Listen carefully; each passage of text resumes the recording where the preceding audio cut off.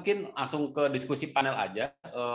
Dari diskusi panel ini harapannya sih sebenarnya saya ingin menanyakan beberapa pertanyaan yang mungkin bisa menjawab pertanyaan yang ingin kita sampaikan. Tadi kayaknya Mas Alam dan Mbak Tina udah menjelaskan sedikit soal why-nya, kemudian juga how-nya gitu. Tapi mungkin saya ingin perdalam lagi dengan beberapa pertanyaan. Semoga pertanyaan saya ajukan dapat menjawab pertanyaan dapat mewakili pertanyaan-pertanyaan dari audiens semua. Tapi kalau memang belum, silakan ajukan pertanyaan di kolom Q&A, nanti kita akan coba tanyakan ke para panelis.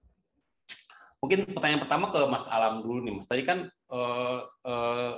yang dari literatur yang saya baca kan bahwa pentingnya single source of data gitu. Tapi tadi juga ketika Mas menjelaskan soal attack itu juga ada tuh multiple source of data gitu ya. Sebenarnya gimana tuh Mas? Bagaimana apa sebenarnya multiple dan bagaimana single source of data dan juga multiple source data itu digunakan saat ini agar dapat tadi menjadi data driven company. Mas Alam, silakan Mas.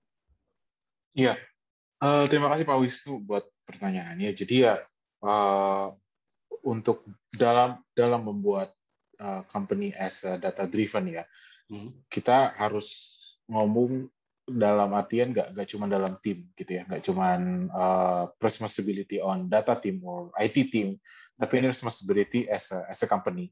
Jadi company harus bisa drive bareng-bareng gitu ya dengan semua tim yang ada gitu ya, kerja sama bareng-bareng di sini. Dan kayak biasanya apa yang dibutuhin sama divisi A, apa yang dibutuhin sama divisi B, apa yang dibutuhin sama divisi C, kita harus banyak diskusi di sana, memang harus banyak ngobrol di sana, sehingga single of truth yang kita punya, data single of truth yang kita punya itu bisa digunakan sama semuanya gitu. Jadi bukan cuma sama certain of team gitu, cuma certain team yang bisa pakai, cuma certain people yang bisa pakai. Tapi ini harapannya bisa dipakai oleh semua tim gitu kan. Dan dengan ada single of truth ini, satu data yang dipakai di satu tim dengan tim yang lain pasti akan sama gitu kan. Jangan sampai ada yang berbeda informasinya. Jadi sama-sama tahu informasi yang ada, sama-sama punya kejelasan yang sama gitu ya. Jadi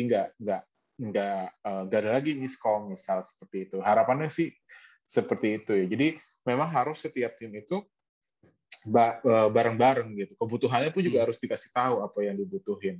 Saling ngobrol, saling berkolaborasi gitu. Sehingga nanti itu akan bisa membantu IT team, data team, dan tim-tim yang membangun single of truth ini lebih cepat dan jadi lebih baik juga dan bisa dipakai sama semuanya gitu. Oke.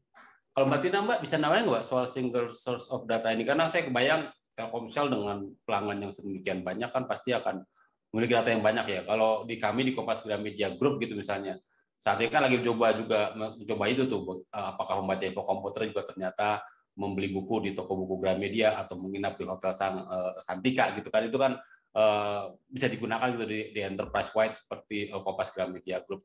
Tapi juga itu kan journey-nya kayaknya kalau saya tahu saya sih emang agak panjang gitu. Kalau dari Telkomsel sendiri ada ketika ngebuat itu sebuah data yang enterprise wide yang satu gitu susah nggak Mbak? Dan ada tipsnya nggak? Ya, kalau kita ngomongin enterprise wide itu menurut saya udah poin data governance sudah masuk Kak Wisnu. Jadi di Telkomsel ini user kan banyak ya, tapi kadang-kadang dulu itu sempat ada di satu titik definisi dari user A, B, sama C itu beda. Jadi mungkin yang pertama menurut saya harus dilainkan itu adalah business glossary. Jadi komponen dari data governance kan banyak ya Kak. Yang pertama mungkin kita ngomongin business glossary. Business glossary ini jadi referensi yang harus menjadi yang diacu sama semua party di Telkomsel gitu. Jadi kita udah punya ini. Kemudian data lineage. Data lineage itu sebenarnya mungkin lebih banyak orang-orang yang langsung nyentuh data yang mungkin banyak bermain di situ ya. Jadi kita harus paham formulanya bagaimana dan bagaimana data itu bertransformasi dari mentah jadi. Itu hal yang juga perlu di-govern. Terus secara organisasi pun di Telkomsel itu kita punya yang namanya data governance, data kita define ada yang namanya data steward, ada yang namanya Digi Council. Jadi mekanisme itu, jadi itu mungkin bukan struktur secara organisasi ya, tapi lebih ke fungsional. Jadi ada orang-orang yang ada pihak-pihak atau ada suborganisasi yang berperan sebagai pintu ketika nanti sebelum dia datang ke IT dan menyampaikan kebutuhannya gitu. Ini penting sebenarnya fungsi ini. Jadi biar pemanfaatan datanya tuh semuanya konteksnya mengacu ke definisi yang sama gitu ya. Terus secara akses pun kita atur Kak melalui data steward supaya data itu hanya diakses oleh orang yang tepat di waktu yang tepat gitu. Ya, ini penting sekali gitu ya. Selain karena memang kapasitas pun terbatas, jadi kita benar-benar kontrol supaya akses memang hanya diakses oleh relevan dan hanya data tertentu saja yang memang relevan dengan responsibility-nya. Jadi mungkin itu ya alignment secara organisasi yang memang kami terapkan sampai saat ini. Definisi itu penting sih Kak Wisnu. Definisi juga dari top down tuh ya, jadi dari data governance dan juga manajemen tuh yang harus mendefinisikan itu ya. Biasanya kita diskusikan bareng Kak. Jadi makanya tadi saya sempat bilang bahwa single source of truth ini kuncinya adalah dalam tanda kutip sinergi bisnis sama IT atau sinergi kami di IT dengan nggak harus IT sih, mungkin organisasi siapapun yang memang memegang ini ya peranan terbesar dalam pemrosesan data itu harus bersinergi dengan surroundingnya dia gitu. Jadi harus memastikan alignment antara satu bisnis dengan bisnis yang lain dengan definisi yang kita running di platform itu sama. Tapi alhamdulillah sih sampai saat ini semuanya well governed Kak Wisnu. Oke, terima kasih Kak Tina. Ya. Oke, mungkin masih Kak Tina nih. Kadang saya ngomongin soal kualitas data tadi kan dalam presentasinya Kak Tina juga lihat garbage in, garbage out gitu. Jadi kualitas itu menjadi penting gitu. Jadi saya kebayang dengan ratusan juta pelanggan gitu banyak banget data gitu dan nggak semua data seharusnya bermanfaat gitu ya. Kalau mengidentifikasi gitu, memilah dan memilih data yang bisa dimanfaatkan gitu. Jadi ada yang nggak dimanfaatkan ya udah nggak usah disimpan gitu kira-kira. Itu ada caranya Mbak, ada tipsnya nggak atau ada strategi tersendiri? Iya. Kalau saya sih prinsipnya pertama sebelum mau masukin data pikirin dulu. Maksudnya pikirin itu di-assess dulu. Pertama manfaat data ini akan digunakan untuk apa? Terus frekuensinya bagaimana, sizing-nya seperti apa. Nah, sizing itu nanti yang akan kita coba cek data kita muat kapasitas kita muat nggak gitu dengan data ini. Gitu. Itu yang pertama. Terus yang kedua, kita rutin juga Kak, terutama saya di internal ya, di teman-teman operasi gitu. Jadi yang namanya housekeeping data gitu ya, housekeeping data itu matters karena data itu kan terbatas juga. Jadi kita secara rutin memastikan memang data itu yang lama-lama mungkin kalau nggak terlalu signifikan atau tidak terlalu terkait sama financial statement gitu ya, yang terkait sama audit dan lain-lain, kita coba purge gitu, kita coba hapus. Tapi untuk data-data yang sangat penting gitu, itu kita akan coba pertahankan. Dan yang paling penting ya Kak Wisto, yang mungkin banyak tim operations itu dalam tanda kutip lupa, itu adalah menghousekeeping proses gitu. Jadi nggak cuma ngomongin data yang terkreat dari proses, tapi gimana caranya proses secara end-to-end itu harus kita stop kalau memang sudah tidak memberikan manfaat atau beneficial. Dan yang terakhir yaitu monitoring terhadap quality secara end-to-end gitu. Itu kita sudah punya monitoringnya. Jadi karena quality itu susah ya.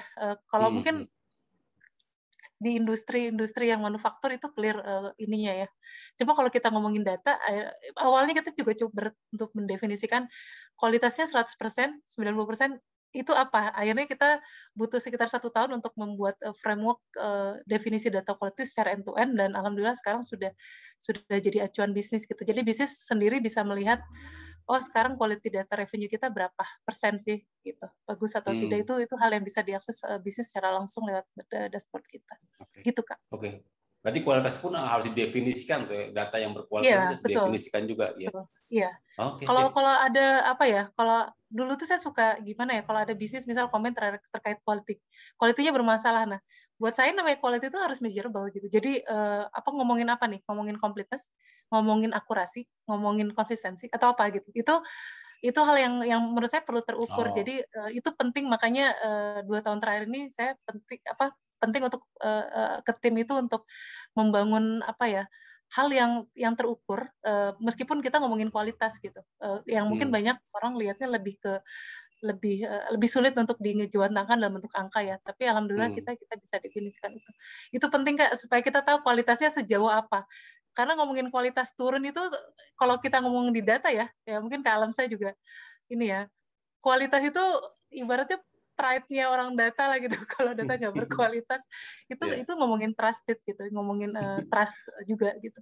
Jadi itu penting banget untuk kami monitor. Gitu. Oke. Ya. Jadi Kak Tina kalau cowok ganteng juga ada definisi tuh Mbak ya, hidung berapa panjang gitu enggak ya. Jangan orang data ngomongnya gitu tuh. Cowok ganteng aja didefinisikan tuh. Oke, sekarang mungkin tanya ke Mas Lina. Tadi Mas Lina tadi membuka tuh dengan software defined storage gitu ya, dan mungkin jadi relevan gitu ketika kita nyebut sekarang ini ngomongin jumlah data yang sedemikian banyak gitu ya. Tadi Mbak Tina mungkin menyebutin juga tuh kalau ya emang nggak semua, tapi tetap bagaimanapun data akan bertambah banyak. Kalau untuk pertanyaan untuk Mas Indra, bagaimana sebenarnya perusahaan itu ketika data sedemikian banyak, bagaimana solusi seperti software defined storage itu bisa menjadi relevan? Silakan Mas Indra.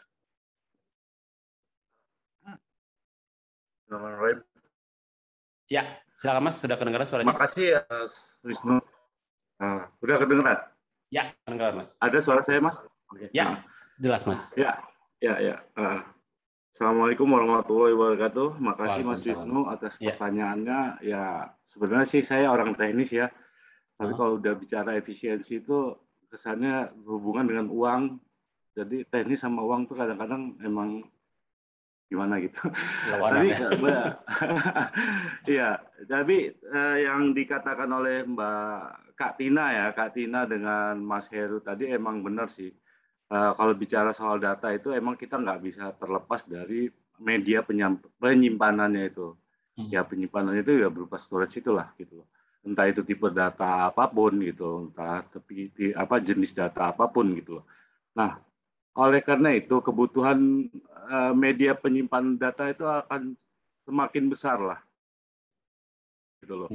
Semakin growth-nya yang tadi kita sekarang bicara adalah giga, kemudian peta, ada nanti kemudian bisa zeta dan sebagainya gitu kan. Nah itu gimana sih gitu loh. Sedangkan di satu sisi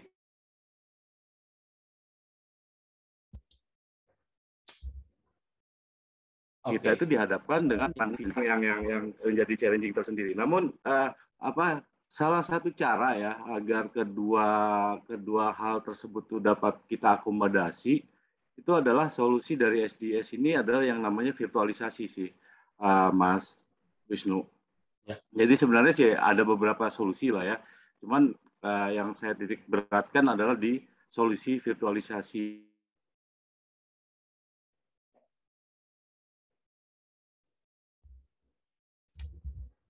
Oke, sepertinya ada masalah koneksi di Mas Lindra. Ya benar ya, koneksi ya. Oke, mungkin sudah ada di dalam Mbak, masih ada suaranya, Mas Wisnu? Tadi terputus, Mas, seperti 4 sampai 5 detik tadi terputus, jadi agak. Oh gitu ya. Mungkin diulang dikit Mas tadi virtualisasi saat itu tadi Mas, saya bisa mendengar jelas sampai membicarakan soal virtualisasi. Oke. Jadi salah satu solusi yang bisa bisa diajukan oleh kita itu adalah solusi virtualisasi dari beberapa hal yang bisa menjadi solusi dari sisi efisiensi ini sih Mas. Jadi karena kenapa saya tekankan di solusi virtualisasi ini karena solusi virtualisasi ini tidak untuk menggantikan infrastruktur yang ada di data center bapak-bapak atau ibu-ibu sekalian gitu. Tapi justru kita mengoptimalkan gitu loh. Jadi kita buat sentralisasi dari sisi kapasitas ke dalam satu konsolidasi storage gitu loh. Jadi itu poin utamanya dari virtualisasi. Nah, yang analoginya seperti misalkan dalam data center bapak-bapak atau ibu-ibu itu ada 2 storage ya, storage A dan storage B yang masing-masing mempunyai sisa kapasitas sekitar 15 tera lah gitu. Nah, terus di storage B juga tersisa 15 tera. Kebutuhan Bapak dan Ibu-ibu sebenarnya 30 tera. Nah, di virtualisasi, di metode virtualisasi gitu ya, itu tuh semua bisa dikonsolidasi menjadi satu kapasitas yang besar gitu loh. Katakanlah 15 dengan 15 jadi 30 tera. Nah, itu dapat dipakai sesuai dengan kebutuhan bapak-bapak atau ibu-ibu gitu loh. Jadi selain dari sisi virtualisasi ini dapat mengefisiensikan cost dengan tidak bertambahnya kapasitas dengan menambahkan box baru gitu ya.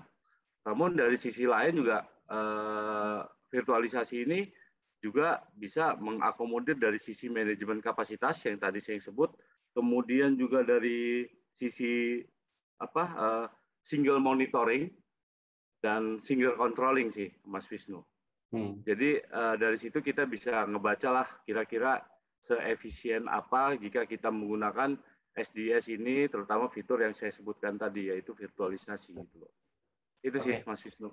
Oke, terima kasih Mas Indra. Berarti memang kayak ada pool of storage gitu ya, bisa digunakan gitu ketika melakukan virtualisasi tersebut. Betul. Oke, karena mungkin ke Mas Heru, Mas, kita masih bicara soal storage nih. Tadi kan untuk meningkatkan efisiensi itu data perlu disimpan di level storage yang optimal gitu. Tapi kan saya bayangin kalau misalnya ada data yang ditempatkan di storage A, storage B, ada yang di cloud, ada yang di tape dan segala macam, itu manajemennya akan jadi lebih ribet dong, Mas. Atau emang ada sebuah teknologi yang bisa menjawab kerumitan tersebut? Ya, baik Mas Wisnu. Jadi dengan berkembangnya teknologi dan brand bermacam-macam, juga ada yang di cloud, di luar negeri, di lokal, sehingga lebih complicated. Sehingga kita membutuhkan satu sistem yang secara transparan bisa menggabungkan dari beberapa sistem tersebut. Yang seperti tadi saya informasikan, IBM memiliki software defined storage. User atau aplikasi nggak perlu tahu data itu ada di mana.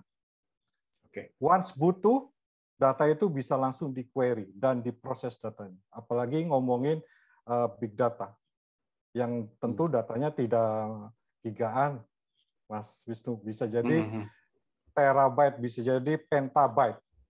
Dan di dalam data itu belum tentu semuanya memiliki value yang sama. Sehingga kita harus bisa memilah dari sisi data ekonomiknya, terutama price per terabyte dari media penyimpanannya. Itu cukup penting. Tapi kalau di tape gitu, cara waktu ya kan mungkin di tape akan lebih lama, Mas. Tapi tetap available, tapi mungkin butuh waktu lama. Atau emang ada alternatif seperti itu nggak, Mas? Ya, betul. Memang namanya tape itu adalah sekuensial. Jadi bisa jadi datanya itu disimpan di cartridge berapa. Butuh waktu, tapi tidak selama pada saat datanya itu kita purging, kita pindahkan, kita backup. Sehingga kalau backup itu kan kita butuh restore. Restore itu waktunya lebih lama. Nah, ini data itu bisa langsung diakses ke tape. Jadi tape drive atau tape media cartridge itu sebagai layaknya kayak USB, Mas. Gitu. Tapi pada saat USB-nya sudah kecolok, langsung dicari. Sekarang data satu cartridge itu bisa 12 tera, Mas. Oke, sip. Berarti terima kasih Mas Heru. Berarti kita asumsikan tadi udah ada single source of data, gitu, datanya udah di cleansing, udah udah baik lah. Udah dipilihin tadi pertanyaan oleh Mbak Tina tadi kan, kemudian storage juga tersedia. Sekarang kita geser memanfaatin datanya gitu. Kita coba jadinya kita arahkan memanfaatin datanya. Tadi mungkin Mbak Tina tadi nyebut data democratization ya. Jadi demokratisasi data gitu ya. Jadi data itu bisa digunakan oleh siapa aja gitu. Dalam konteks realnya gitu, bisa ceritakan nggak, Pak, implementasi di Telkomsel? Saya ingin mendapatkan gambaran sih sebenarnya mengapa data democratization itu menjadi penting gitu. Bisa ceritakan nggak, Pak, realnya kalau mencontohkan lah bagaimana sebenarnya yang dilakukan Telkomsel soal demokratisasi data ini. Ya, sebenarnya prinsipnya dulu ya, Kak Wisnu. Prinsipnya data demokratisasi itu apa gitu. Sebenarnya kalau saya lihat at a glance itu, kenapa data governance itu, data demokratisasi itu penting di data driven industry ya. Pertama karena data itu, the more people yang punya, semakin banyak orang yang punya expertise yang diverse, yang beragam mengakses data, organisasi itu atau company itu bisa taking benefit dan take action dari data dari beragam perspektif. Nah, itu kuncinya. Dan data driven organisasi itu bukan berarti data itu milik orang-orang yang hanya diakses oleh orang-orang yang biasa bikin report atau hanya data scientist aja. Enggak, karena menurut kami tuh data demokratisasi itu adalah situasi di mana data itu diakses oleh orang-orang yang memang mendapatkan manfaat atau benefit untuk bagiannya masing-masing dari data itu gitu. Jadi, tapi hal yang paling penting ya, yang saya sampaikan tadi, yang paling penting itu governance-nya. Gimana kita bisa memastikan datanya aman, terproteksi secara akses, dan hanya orang yang berhak saja yang bisa menggunakan. Dan saya pun di internal ya, Kak Wisnu, karena yang again saya sampaikan bahwa resource itu terbatas. Resource itu terbatas, sedangkan needs terhadap data itu bisa dibilang hampir tidak terbatas. Jadi di internal pun kami secara rutin dalam tanda kutip menghousekeeping aksesnya. Jadi misalnya ada yang dirotasi dan lain sebagainya itu kita tutup. Jadi yaitu memastikan relevansi akses terhadap data itu penting. Dan data driven organisasi itu artinya yang data driven itu seluruh organisasi, nggak cuma selected division atau selected department aja. Semakin banyak people from diverse division gitu ya, dari divisi yang beragam itu menggunakan data, artinya organisasi itu semakin mature dalam konteks data driven-nya. Ya kurang lebih seperti itu Kak Wisnu. Oke, terima kasih Kak Tina. Kalau masalah Mas sebagai pengalaman sebagai data science gitu kan, berarti emang kan bukan Mas aja tuh yang bisa mengakses data di perusahaan, misalnya di perusahaan Mas gitu. Ada strategi nggak sih kalau dari orang data science seperti Anda gitu untuk mendorong setiap business unit gitu untuk terbiasa memanfaatkan data gitu. Ini ada data nih, silakan dimanfaatkan gitu. Biasanya apa yang dilakukan oleh data scientist seperti Mas Alam? Iya, kita kalau jadi di dalam company yang berhubungan yang mempunyai tanggung jawab untuk bisa semua, misalkan untuk semua divisi untuk menggunakan data itu bukan data science team ya. So data science team is just a part of a data team. Data team itu besar banget ya, Mas Wisnu. Jadi ada data science, ada data analis, ada BI, ada data engineer, ada data governance. Jadi so big gitu ya. Nah, tapi yang menjadi tanggung jawab kita gitu ya as a data team yang tadi sama Katina juga bilang ya, kita harus bisa promote apa yang udah kita lakuin gitu. Jadi nggak cuma jangan di keep sama kita sendiri gitu, jangan di keep sama data team sendiri. Data team itu harus promote apa yang udah kita lakuin. Jadi dari analisa yang kita punya, dari model yang dibuat sama data science team atau analisa yang dibuat sama data analis atau dashboard yang dibuat sama teman-teman BI itu harus dipromosikan gitu loh ke tim marketing misal atau ke tim bisnis to show them that how matter is data, how matter data is. Jadi kita juga harus ngasih unjuk gitu di sini promote-nya di sini bukan cuma nge-promote produk data yang kita buat ya, tapi juga nge-promote how to do data driven gitu ya. Gimana cara kita bisa lakuin data driven. Nah, karena kita sering lakuin promosi ini ya, kita sering kasih tahu ini loh yang kita lakuin, ini loh yang kita dapetin insight, ini loh yang kita kasih tahu ke manajer about something gitu ya, about the question. Biasanya kita mulai dari problem dulu ya, dari problem yang kita punya, dari problem yang manajer punya, dari stakeholder punya, kita mencoba menjawab itu. Dan kita share, ini loh jawaban kita, this is how we do it. Nanti ke depannya pastinya dari manajer pun juga pasti akan meminta yang lebih data driven ke marketing atau ke bisnis gitu ya.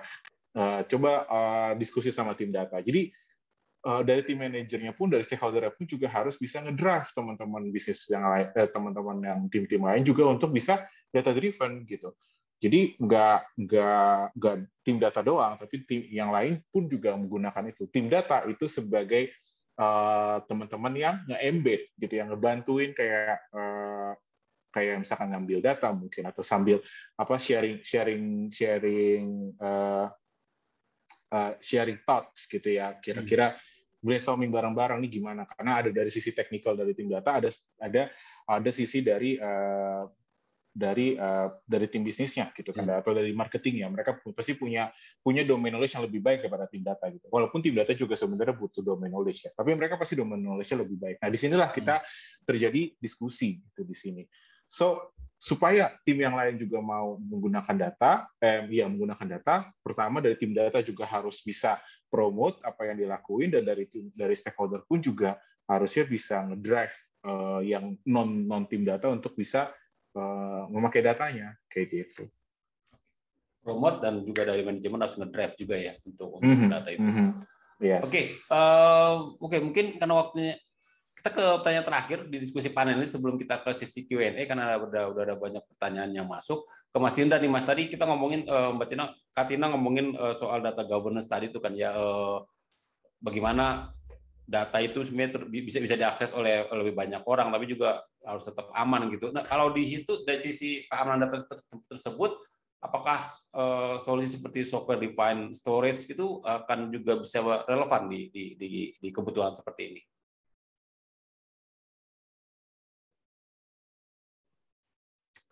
Makasih Mas Wisnu pertanyaannya. Relevan, saya bilang sih relevan ya. Cuman kalau kita lihat dari data demokratisasi tadi yang disebutkan oleh Kak Tina maupun Kak Alam ya, terus juga nanti kita hubungkan dengan security dari data, keamanan data itu, kalau menurut saya itu perlu diperhatikan adalah proses dari tata kelola data itu sendiri. Karena kan tadi Mas Alam tadi sebutkan, data itu ada data science, ada data apa. Nah, pemilahan seperti itu yang perlu diproses dengan baik lah seperti itu. Nah, kemudian dari sisi durasi waktu juga, misalkan data dari data science itu digunakan kira-kira dalam waktu sebulan sekali, 2 bulan sekali, atau bahkan setiap hari digunakan. Nah, itu pemilahan seperti itu yang perlu diperhatikan untuk proses dari sisi keamanan datanya. Siapa yang akan menggunakan data itu, siapa yang tidak menggunakan data itu, dan itu harus kita pilah-pilah. Nah, itu yang perlu dititik beratkan adalah dari sisi prosesnya itu. Yang goalnya nanti adalah kira-kira data itu akan di-backup sebagai output, atau data itu nanti akan digunakan sebagai output, ataupun data itu digunakan sebagai dijadikan jadi suatu backup gitu loh, data itu yang nanti pada waktu ke depan akan kita gunakan atau tidak gitu. Seperti itu sih. Jadi saya lebih menitik beratkan dari sisi prosesnya seperti apa, dan proses tersebut udah disediakan sih, yang seperti dijelaskan oleh Mas Heru juga, itu proses seperti itu udah dijelaskan di awal, kita udah sediakan hal itu di SDS ini sih, Mas Wisnu. Sip.